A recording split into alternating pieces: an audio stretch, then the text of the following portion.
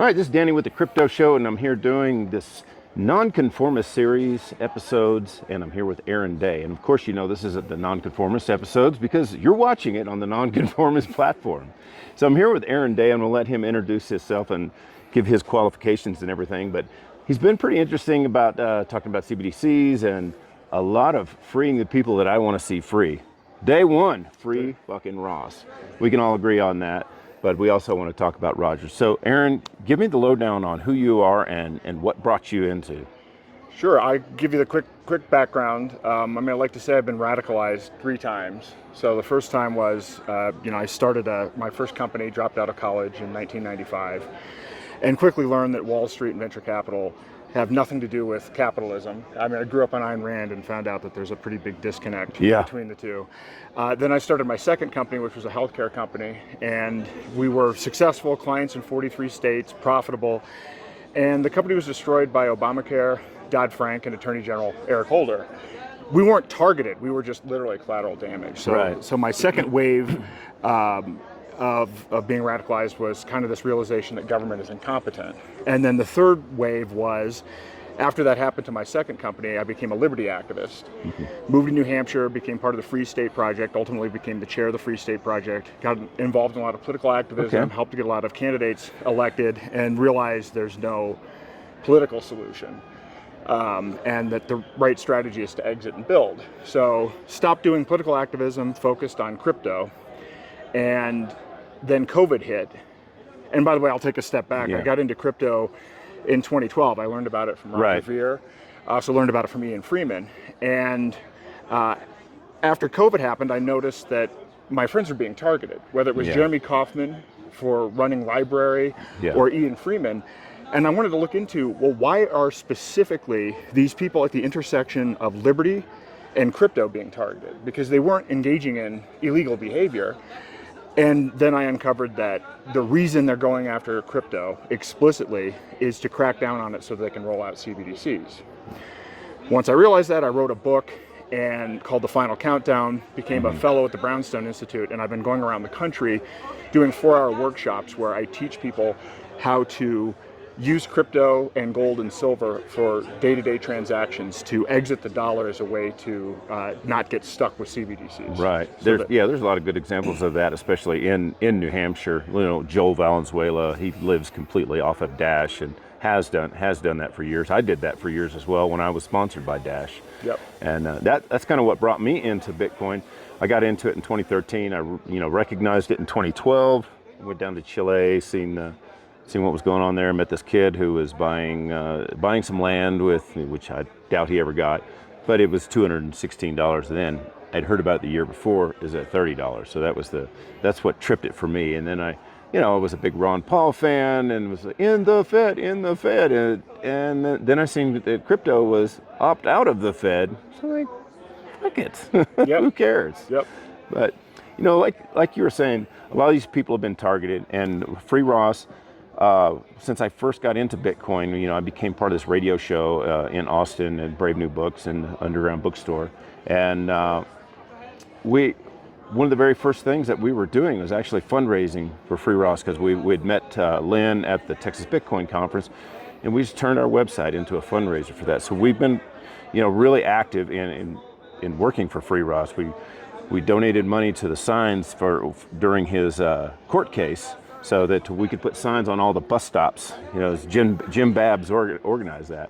Yeah. So, this has been something that we've been working on for quite some time, and I'm pretty passionate about it. And I'm, good friends with Roger, and seeing this come about is not good. And then Ian was definitely not good. So, like you said, it is a targeting. The Bitcoin community, when Roger. Well, not all of the Bitcoin community. Like Dan Held went on Twitter and said that Roger being arrested was fine because Roger was a net negative for Bitcoin. I immediately unfollowed that piece of shit. And how many people do you see of these Bitcoin maxis that feel this way? So this is the tragic thing about this. So Roger wrote Hijacking Bitcoin. which was a phenomenal book that I recommend everybody Yes, reads, I've read that points out and goes into the detail of what happened, with this narrative shift from Bitcoin being peer-to-peer digital cash for the world to now all of a sudden store of value that you never sell, that you're buying through third parties like BlackRock. And so he lays out this fact-based case. So I interviewed him on my podcast 3 weeks before he was arrested. Yeah. I was immediately just writing a short review. I didn't do any like scathing, in-depth thing. I was blocked by Adam Back. I was blocked by Samson Mao. I've been blocked by Michael Saylor. All of the Bitcoin maxis just for saying, hey, you should read this book. So their animosity towards him is actually disgusting. But the weird thing is they're going after Roger for stuff from 2014. So if you're a Bitcoin maxi, if they're successful against Roger, you will be in the crosshairs. Oh, yeah. And I actually talked to somebody at the IRS who said the #1 area of hiring for the IRS with these new 87,000 IRS agents is crypto enforcement. So if Roger loses, Dan Held is going to be feeling the consequences of it next. So it's absurd for people to take this IRS maxi position. Yeah. With respect to Roger. When the pendulum swings back the other way, the liberal hive mind or whatever will be back in power at some point. They'll probably be coming after them as well. So they should definitely be worried about that. Living in New Hampshire, how associated were you with Ian?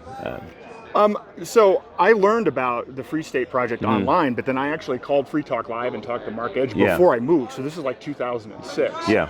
So I've known those guys for a long time. And Ian had me on Free Talk Live to talk about my book because, my point to him was, look, they're going after you because of CBDCs. Yeah. President Biden put this Executive Order 14067, which explicitly states that not only is the government pursuing formally a CBDC, but it's taking a whole of government approach to cracking down on crypto. Well, that's exactly what they've been doing. This is why all the exchanges are being sued. This is why people involved in mixing services and everything else are being thrown in prison.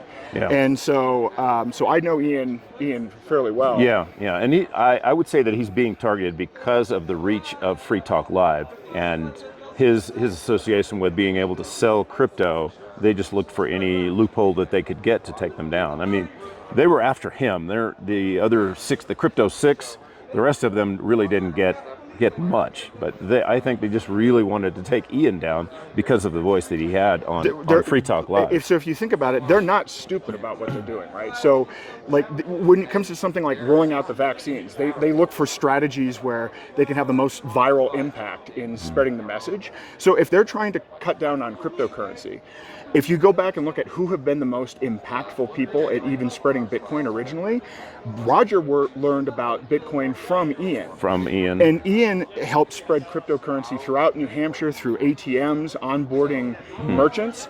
And then obviously Roger has probably had the biggest impact of anyone in terms of the early days of Bitcoin adoption. Yeah. So I think it was very strategic, very targeted, and very politically motivated to go after them.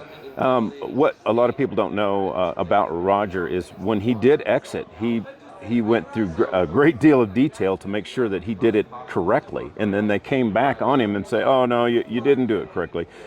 Are you well versed in exactly what he went through to get out of the country?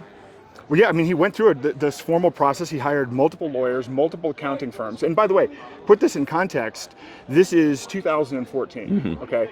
Mt. Gox had just collapsed. It wasn't even clear what Bitcoin was. Right. Is it a security? Is it a currency? Most people weren't paying tax on it at all. In fact, afterwards, the IRS went to Coinbase and went after, I think, 90,000 people who never paid any tax on Bitcoin for this time period that we're talking about with Roger. And so he actually made a good faith effort to pay his taxes.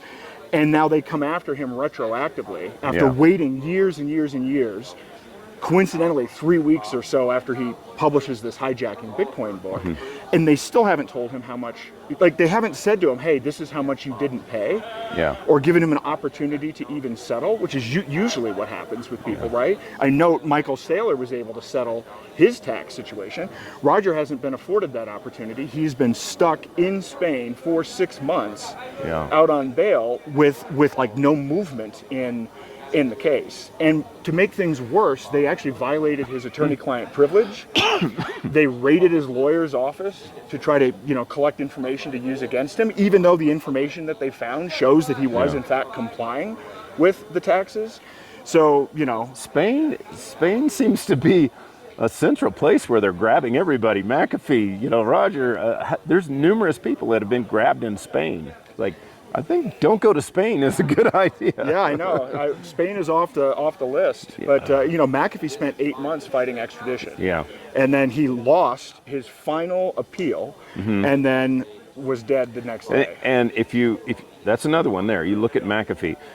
That guy raised a ruckus forever, and nothing was ever done to him until he said, "Don't pay your taxes." Yep. When he started being vocal about "Don't pay your taxes," that's when they started targeting him, and he was like, flying around because we had interviewed him, and he was like on his boat, and he was driving around and buying cell phones, and I got to buy 3 new cell phones. It was insane. It was like a very drug fuel. It was fun to watch. He was very high. It was actually fun to watch online. But, It was quite. It was quite interesting for sure, man. But Roger's case is cut and dry. Like Roger's case is, no, I paid the tax. Like he's not. He hasn't even been like McAfee in terms of his outward vocalization. We've got Trump coming in now, and we've got this promise that he's going to free Ross. For that reason, I voted for him. I haven't voted for anybody other than SpongeBob since 2012.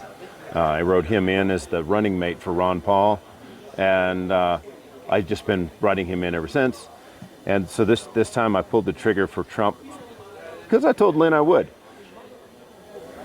Do you think that if we raise a ruckus, if he actually does keep his word and he lets Ross out, maybe we can get together and make our voices heard on Twitter or whatever? Hey, free Roger, free all these different, free Ian.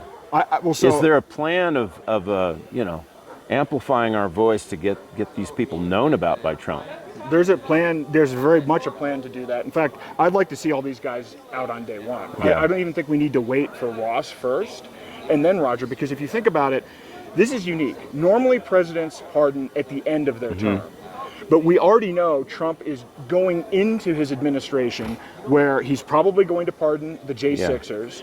He's already committed to Ross. So if we already know he's got an upfront process, let's take advantage of that momentum. And so there's a Free Roger campaign at freerogernow.org where people can sign an open letter similar to the campaign for Ross, but we're also going to do a social media campaign. And I don't know when this is going to be published, but next Tuesday, December 15th, 14th or 15th is when this is going live. Okay, well, it'll still be active. So on November the 17th, Tuesday or 19th, whatever that is, we're going to begin a social media campaign where we're asking people to share their own original tweet or social media post about Roger and then retweet others. And then if people are willing to join kind of an X group to continue to retweet information about Roger, and maybe we'll tag Elon Musk and Trump to raise awareness. And there's also going to be a lot of podcast interviews and people trying to get this information out. There's a really great interview on freerogernow.org with Robert Barnes, who's the constitutional lawyer, who does a phenomenal job of explaining the legal aspects of Roger's case. So we just need to amplify that message. I mean, they don't have a case against Roger, but I mean, you can beat the case, but you can't beat the ride. And they know this, and they do this shit all the time, so. Well, they've wasted 6 months of his life. Right. And every indication that they're going to, I just looked at the publicly available court documents. They're planning a 12-day trial on this, which is a pretty long trial for, given what this actually is. And if people don't know it, Roger was one of the biggest contributors to Free Ross, and he was very staunch about that all the way through that. And there's so many things that he's done for Bitcoin. If you appreciate the price of crypto at all in any way, then you should definitely be behind Roger, whether you're a maxi or not. And if you're a maxi and you're not behind Roger, you're just a fucking asshole. Well, on top of that, I mean, I guess I recently learned he's supported WikiLeaks. I'm at the Brownstone Institute, and I didn't even find out until after I got involved with the Brownstone Institute that Roger was the founding donor of the Brownstone Institute. So if you like all of the stuff, which has been very influential, by the way. The Yeah. Brownstone Institute on lockdowns, on mandates, on the censorship industrial complex. None of that would exist, or at least not at the scale that it is, without Roger. So his impact on promoting freedom globally is phenomenal. So nobody should be against him for freedom. I was in a disagreement with Bitcoin Cash, but he didn't create Bitcoin Cash. He just supported Bitcoin Cash. And my only disagreement with Bitcoin Cash was the branding, and to do with ATMs, because I've seen a lot of problems where old people were going to ATMs and they would put their cash in the ATM and they just instinctively thought that since they were buying it with cash, they needed Bitcoin Cash. And then there would be this whole thing where we would have to go through calls. A good friend of mine was an ATM operator, and I would sit in his house with him, and we'd sit at the kitchen table, and he's doing another call after call of telling these old people, no, you have to buy Bitcoin, not Bitcoin Cash. So that was kind of a problem. But I understand that. I don't have any problem with BCH other than that. The branding was kind of confusing for people that don't understand. But the thing for me, the reason that I appreciate Roger so much is that he's been very consistent about wanting peer-to-peer digital cash for the world that everyone can use for voluntary trade. Yeah. And he's invested in so many different crypto projects. He's not just Bitcoin and Bitcoin Cash. He's invested in privacy coins, Monero, Xano, and here we are at Monerotopia right now, and Roger has taken a shift into privacy coins. And what do you think of privacy coins now with Monero, and especially default privacy coins? What is your take on that? I've moved explicitly, and this has been a change in the last 4 or 5 months. I've moved out of everything that's on a transparent blockchain, and I'm only in privacy coins. Yeah. And by the way, Roger's case, Ian's case, and Ross's case highlight something, which is that they are clearly using chain analysis to track people's transactions. Right. Bitcoin is a transparent ledger, and they are spending a lot of resources to track who is moving what amount of money. And so this means that in the end, Bitcoin isn't even fungible, right? Because if one Bitcoin is different than the other, they can put on a whitelist or a blacklist, and so this is going to be a disaster. Yeah. So the way we're going to defeat CBDCs is by having something that is privacy, and I prefer privacy by default because I do these workshops all over the country. And here's the weird dynamic. The weird dynamic is older people and boomers appreciate privacy, but aren't very technically skilled. Yeah. Younger people actually don't appreciate privacy, but are technically skilled. So the way to actually get adoption is through ease of use. This is why I use like Cake Wallet. But privacy by default is important because you don't want to have extra steps. So like some of these things where it's like, oh yeah, you can make Bitcoin private, but if you have to have 150 IQ and take 20 steps to do that, it's not really useful as well. Well, actually, that's a problem. If you're using a mixer, that mixer is in danger of becoming a money launderer. And you're seeing this, time after time with Bitcoin Fog, with all of the different mixing services are the guys who are being targeted, Tornado Cash, all this stuff. Now, if you're using private by default, then it just happens inside of the transaction. It's not a third party that is disguising your money for you. That's the crime, then, because you're then intentionally trying to hide the money. And that third party is receiving a reward for doing it. So he is the money launderer in the eyes of the government. So just don't even use Zcash unshielded or anything. Just stick with it. Here we go, Dragon X, we're one. Pirate Chain, Monero, Xano. There's tons of them. Even Wownero. There's all kinds of great cryptocurrencies that are private by default. So to avoid any legal issues, check out the ones that are private by default. Yep, I agree with that. Yeah. So, any links or anything that you would recommend to, and the date of when we can start tweeting this stuff out? Well, I mean, by the time people hear this, they can start tweeting. Hopefully they'll tweet before. So next Tuesday, November the 19th is when we're officially starting, but you can start now. There's no reason to not share the information. One other thing that we're looking to do is to have a big event on January the 18th in Washington, D.C. that is a Free Ross, Free Roger, Free Ian, Pardon Snowden, Pardon Assange event. And we had done something like this at the Libertarian National Convention. It was called Enemies of the State. Yeah. This one we're calling Unlocking Freedom to kind of soften the messaging a little bit. But we want to do it right before the inauguration. And so between now and then, we want to build momentum towards that, so that by the time that event has happened, hopefully everybody will know, at least in the mainstream, about Roger's case and about Ross's case and about all of these cases, and then we can use this as kind of our final message to Trump to take action on day one. Awesome. Arron Day, where can we find out more about you and follow you? You can find me on X at Arron R. Day, and also at my website, daylightfreedom.org. Daylightfreedom.org. All right, thanks a lot. Can you come to Anarchapulco in February? I would love to come to All Anarchapulco right, in so February. I think we're waiting to hear back from you on email, and we'll get you scheduled as one of the speakers for CryptoPoco, our Crypto Day. We'll see you there. Excellent.